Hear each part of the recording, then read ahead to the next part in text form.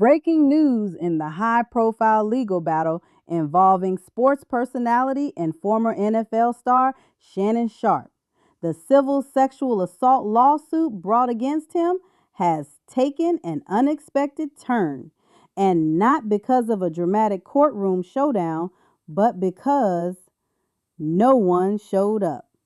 Not the accuser, not the attorney, just silence. What does this mean? Is the case falling apart, or is there more behind the curtain? Let's break it all down. The lawsuit filed earlier this year by a woman identified as Gabriella Zuniga accuses Shannon Sharpe of sexual assault, battery, and emotional distress, allegedly occurring in a Las Vegas hotel. The plaintiff's attorney, Tony Buzbee, a high-profile name you might recognize from the Deshaun Watson cases and other celebrity lawsuits. Sharpe has denied all allegations, calling them a shakedown and a direct attack on his reputation, career, and character. According to his legal team, this isn't about truth, it's about money and manipulation. Fast forward to July 8th, the first hearing in Las Vegas. Cameras were rolling, reporters were watching, but when the judge called the case, there was no response.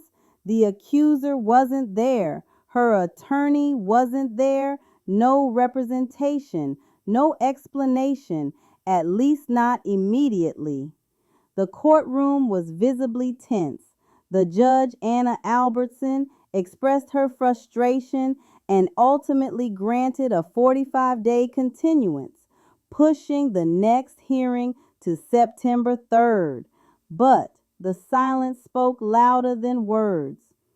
So, what does it mean when a plaintiff and their attorney skip out on the first court date in a high-stakes civil case? It's not just a scheduling inconvenience.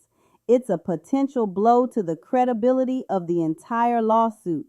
To a judge, it signals lack of seriousness. To the public, it raises doubt. And to the defense, it's ammunition. Now, Buzbee's camp later claimed this was a scheduling mix-up, but let's be real. When you're filing multi-million-dollar lawsuits against a national figure, your calendar better be tight, especially when you're working across state lines. Meanwhile, Sharpe's team is gearing up. There's already talk of filing a motion to dismiss or even countersuing for defamation. Sharpe has been vocal online and in court statements insisting this case is nothing more than a character assassination attempt. He's lost broadcasting work, faced public scrutiny, and even temporarily stepped away from his ESPN role. So, if there's a legal opening to push back, he's taking it. This isn't just a legal case, it's a PR war.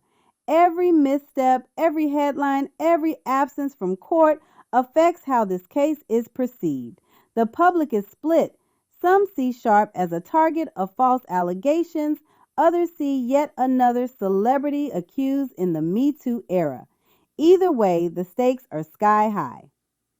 The accuser's team hinted at having surveillance video, text messages, and audio recordings, but so far nothing concrete has surfaced publicly. And that leaves room for doubt, and doubt can be powerful in the court of public opinion. All eyes now turn to September 3rd, the new hearing date. If the accuser and her attorney show up ready to present evidence, the case could reignite. But if there's another no-show or delay, don't be surprised if the judge starts leaning toward dismissal. Sharpe's legal team is likely preparing multiple outcomes, motion practice, public statements, and possibly even legal action in return. This case could fizzle out or explode. For now, the clock is ticking. One of the most talked about civil suits in sports entertainment is in limbo, and every move from here on out could shift the entire narrative. Stay tuned, this isn't over.